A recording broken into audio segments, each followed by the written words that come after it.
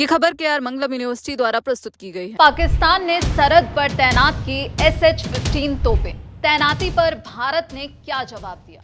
SH-15 तोप की सबसे बड़ी ताकत क्या है? पाकिस्तान ने भारत से सटे इलाकों में चीन की बनी करीब 250 SH-15 सेल्फ प्रोपेल्ड होवित्जर तोपों को तैनात कर दिया है। ये सिर्फ एक नया हथियार खरीदने जैसा साधारण मामला नहीं है। ये दिखाता है कि कैसे चीन और पाकिस्तान का रणनीतिक गठबंधन भारत के खिलाफ और गहरा होता जा रहा है। 2025 में हुए ऑपरेशन सिंदूर के बाद बड़े तनाव के बीच ये तैनाती और भी संवेदनशील हो जाती है। भारतीय विदेश मंत्रालय के प्रवक्ता रणधीर जायसवाल ने इस पर साफ रुख अपनाते हुए कहा, भारत अपने राष्ट्रीय हितों की रक्षा के लिए जो भी जरूरी होगा वो करेगा। सीमा पार आतंकवाद पर हमारी नीति स्पष्ट है और हमारी सेनाएं हर खतरे का जवाब देने के लिए पूरी तरह तैयार हैं। आज इस वीडियो में हम इस पूरे मामले का विश्लेषण करेंगे और समझेंगे कि चीन की ये SH-15 तोप आखिर क्या है और ये पाकिस्तान के लिए कितना बड़ा अपग्रेड है।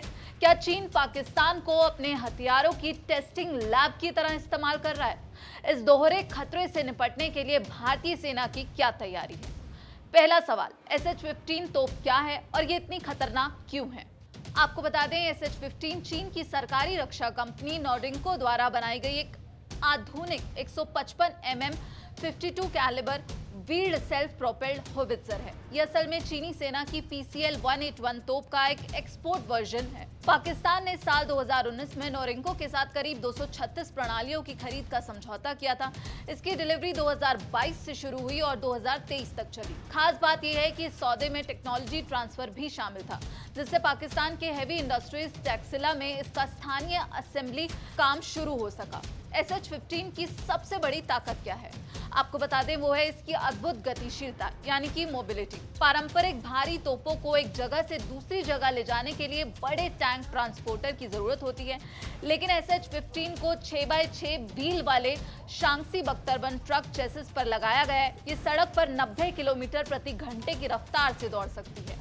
शूट एंड स्कूट क्षमता। आधुनिक युद्ध में सबसे बड़ा खतरा काउंटर बैटरी फायर का होता है, यानी दुश्मन की तोप का जवाब। SH-15 में ऑटोमेटेड फायर कंट्रोल सिस्टम और हाइड्रोलिक स्टेबलाइजिंग स्पीड्स लगे हैं।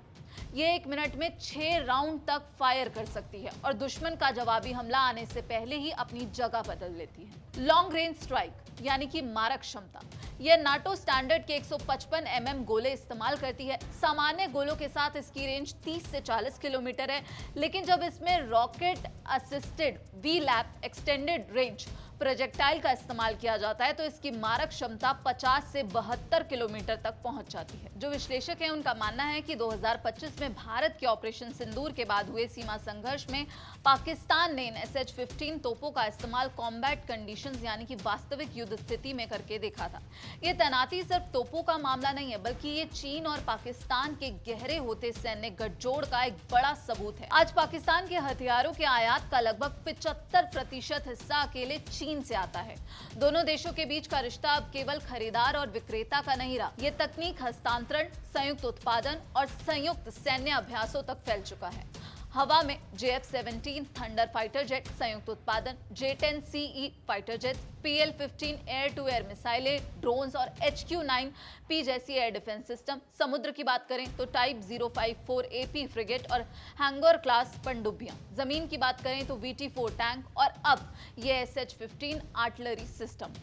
चीन के लिए पाकिस्तान कई रणनीतिक मकसद पूरे करता है। पहला है भारत के पश्चिमी मोर्चे पर एक भरोसेमंद साझेदार, दूसरा सीपेक के जरिए हिंद महासागर तक पहुंच और तीसरा सबसे महत्वपूर्ण एक लाइव टेस्ट लैब। 2025 के भारत पाकिस्तान संघर्ष के दौरान चीनी हथियारों के इस्तेमाल से जो कॉम्बैट डेटा मिला, उससे चीन को अपने सैन्य साजो सामान को असल युद्ध परिस्थितियों में परखने का मौका मिला।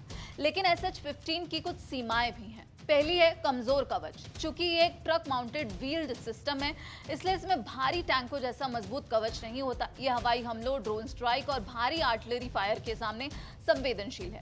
ऑफ रोड क्षमता। दक्षिण कोरियाई तकनीक वाली K9 वज्र T जैसी ट्रैक तोपों की तुलना में व्हील ट्रकों की उबड़ खाबड़ या कीचड़ भरे रास्तों पर चलने की क्षमता सीमित होती है। चीन और पाकिस्तान की इस जुगलबंदी से भारत बेखबर नहीं है। भारत ने अपनी सैन्य तैयारी को मजबूत करने के लिए फील्ड आर्टिलरी रैशनलाइजेशन प्लान में तेजी ला दी है। भारत के पास आर्टिलरी में विविधता और तकनीक का बेहतरीन संतुलन है। K9 वज्रा-T की बात करें तो ये ट्रैक्ड सेल्फ प्रोपेल्ड तोप है जिसे मैदानी और रेगिस्तानी इलाकों में भारी बढ़त हासिल है। सेना इसकी और रेजिमेंट्स को शामिल कर रही है। M777 ultra light howitzer America से मिली ये हल्की तोप लद्दाख और अरुणाचल प्रदेश जैसे ऊंचे पहाड़ी इलाकों में आसानी से हेलीकॉप्टर द्वारा तैनात की जा सकती हैं। धनुष और AT-AGS स्वदेशी धनुष तोपें पहले से सेवा में हैं। वहीं भारत का महत्वाकांक्षी प्रोजेक्ट एडवांस टोर्ड आर्टिलरी गन सिस्टम भी तेजी से आगे बढ़ रहा है। करीब 300 से अधिक AT-AGS तोपों के ऑर्डर के साथ 2027 के आसपास इसका इंडक्शन शुरू होने की उम्मीद है। पिनाका और रडार सिस्टम लंबी दूरी के प्रिसीजन स्ट्राइक के लिए पिनाका रॉकेट सिस्टम दुश्मन की तोप का सटीक पता लगाने वाले काउंटर बैटरी रडार और आधुनिक C4 ISR नेटवर्क में भारत लगातार निवेश कर रहा है। पाकिस्तान द्वारा सीमा पर 250 SH-15 तोपों की तैनाती ये साफ दिखाती है कि भारत के लिए टू फ्रंट वॉर यानी चीन और पाकिस्तान का एक साथ मुकाबला करने की चुनौती अब एक ठोस हकीकत है। लेकिन भारत की रणनीति अब केवल किसी एक तोप का जवाब देने तक सीमित नहीं है। भारत अपनी नेटवर्क सेंट्रिक वॉरफेयर क्षमताओं, स्वदेशी रक्षा निर्माण और तीनों सेनाओं के त्वरित तालमेल पर ध्यान केंद्रित कर रहा है। जैसा कि विदेश मंत्रालय ने साफ किया कि भारत अपने राष्ट्रीय हितों की रक्षा के लिए पूरी तरह मुस्तैद और तैयार है। इस पूरी खबर पर आपकी क्या राय है? आप क्या कुछ सोचते हैं? कमेंट बॉक्स में अपनी राय जरूर बताइएगा। बाकी देश और दुनिया की तमाम खबरों के लिए आप देखते रहिए दैनिक जागरण। नमस्कार।